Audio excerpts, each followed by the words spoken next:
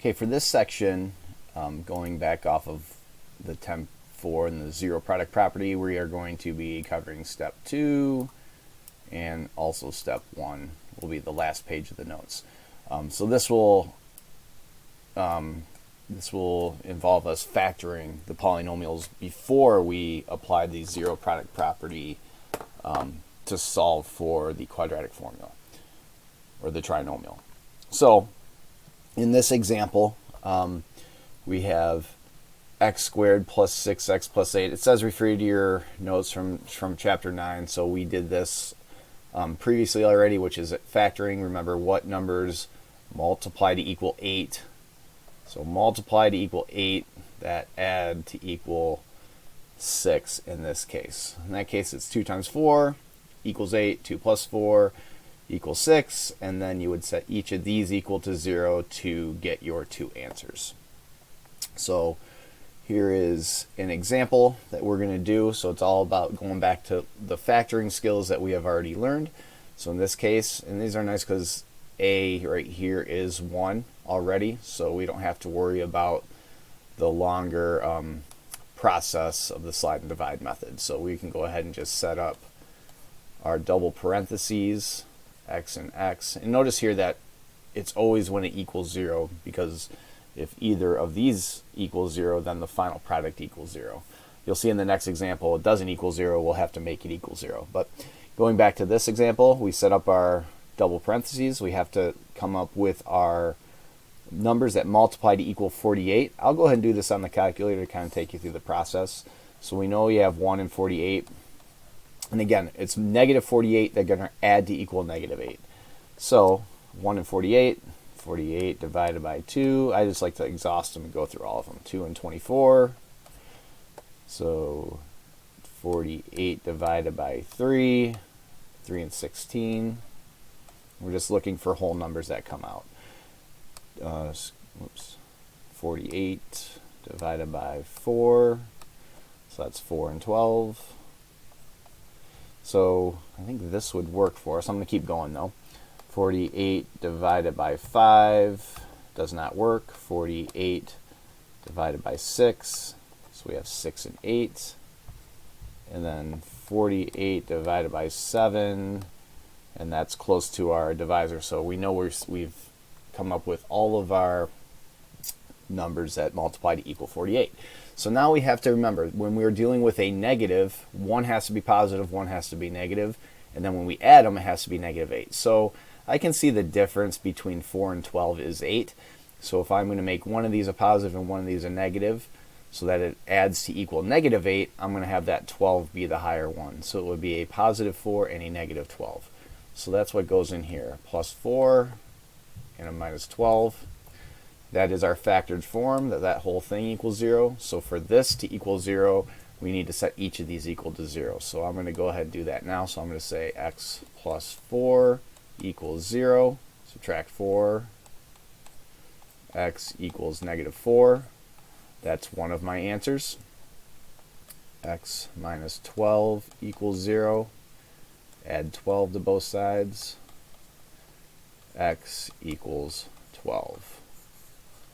So that's how you would solve, still using this from the previous section when it's already factored. Now we're just adding that skill that we learned earlier of factoring first. The next section, you're going to run into some problems at some point where it looks like a trinomial, but you can see it's not equal to 0 yet. So we have to set it equal to 0 before we do the factoring. Now this is unlike when we solved using square roots, because we have that b term in there. So we can't just take the square root of both sides and solve for it. You have to do it by factoring and doing that zero product property. So in this example of your notes, you can see that it's equal to 28. So we subtract 28 from both sides and then set that equal to 0. So then we would have to factor this. So I don't have it down here, but this a is 1. So we do an x and an x. Let's list our factors of 28. We have 1 and 28. We would have 2 and 14. And I'll go ahead and pull up the calculator for the rest of these so you can go through that process. Remember, just kind of go through all the numbers in order 3 and 9.3, so that doesn't work. 28 divided by 4, 4 and 7. And you can see here that the difference between 4 and 7 is 3, and because we're dealing with a negative, each of these, one has to be a positive, one has to be a negative. So in this case now we have to have a negative 3, so we're going to make this 7 a negative and that 4 a positive, because 4 minus 7 equals negative 3. So positive 4, negative 3 here, that's our factored form. So we set each of these equal to 0, so x plus 4 equals 0, x minus 3 equals 0, and then we solve for that. Subtract 4 from both sides, x equals negative 4, and then add 3 to both sides, x equals positive 3. Go ahead and pause the video here and try to do this last problem. See if you can do it on your own, but I'm going to go ahead and do that now. So if you want to pause it and try it on your own, go ahead and do that. If not, here we go. So again, we have to set this equal to 0. So to set this trinomial equal to 0, since it's a negative 36, we're going to add 36 to both sides. So I'm going to rewrite this as x squared minus 12x plus 36 equals 36. Negative 36 plus 36 equals 0. So now we go ahead and factor this. So we have our x. I write my x's in there because this is a 1. So 36, we have 1 and 36. So it's a positive c value, as in 36. So they're either both going to be positive or they're both going to be negative numbers. Since I know that this is a negative, I'm looking at both of them to be negative, but they're going to be adding up to equal negative 12. So I'm going to go through my factors of 36. I'll do 2, and I'll go ahead and go through the calculator method. So I divide by 2. It's 18. So 36 divided by 3 would be the next one I try. So we have 3 and 12. 36 divided by 4. 4 and 9. 36 divided by 5. That does not work. 36 divided by 6. Yay, 6 and 6. So I know that it has to be a positive 36, so either both positive or both negative, but since this is negative, I'm going to make these both negative. So which ones of these add up to 12? 6 and 6. If you see that right away with 36 and knowing that 6 and 6 is 12, you can go ahead and skip all this section. But I like to go in order because sometimes it seems like one would work, but it doesn't because of the signs that you're using.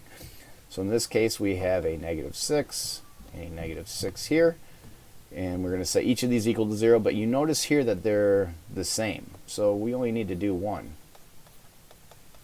So we add 6 to both sides, and x equals 6. So this is one of those cases where there is only one solution to the problem. If it was a graph, we would find the vertex, but the vertex would be at 6, right? So 1, 2, 3, 4, 5, 6, it would be there. We know it's opening up, so we would it would look something like that. There'd be more detail if we were actually graphing this particular problem, but that's an example of a graph that only has one solution at 6 because that is associated with our vertex. So there will be an assignment attached with this. If you feel confident, go ahead and give it a shot. But you refer back to your notes for any additional support.